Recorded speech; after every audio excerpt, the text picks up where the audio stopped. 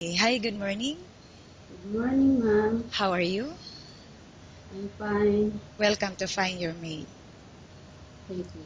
Please tell us something about your work experience. I work as a caregiver in a home care. Um, I take care of the older, People. yes, older people. Okay. Can you tell me what were your duties and responsibilities while on that job?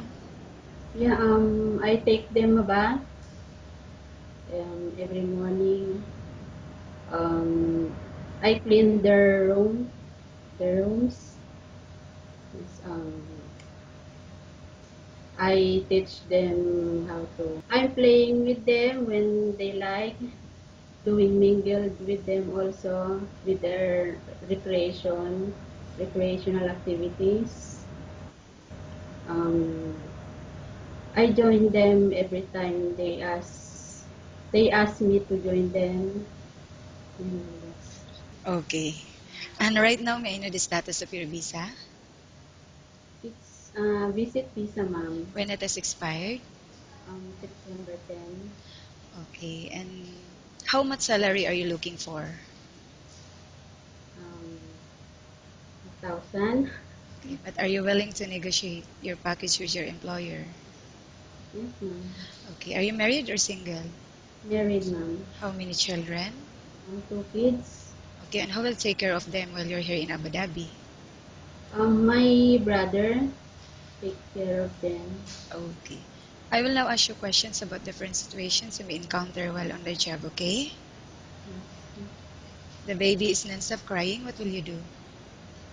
I'll have to calm her.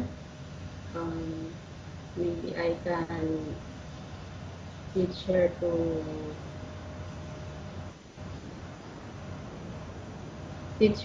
how to enjoy, um, so that she or he will stop to cry. Okay. In taking care of an elderly people, what are the main factors you need to consider? Be patient to them. Okay. Obey, obey them. Okay. How about cooking? Do you have any specialty in cooking?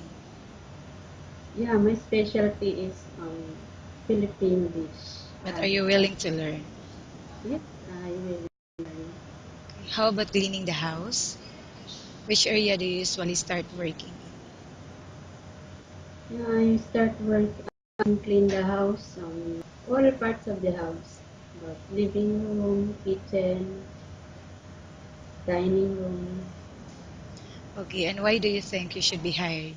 I'm a trusty, hardworking, and as a mother, um, doing my household chores, I can do all things. Okay. Thank you. Nice talking with you and have a good day.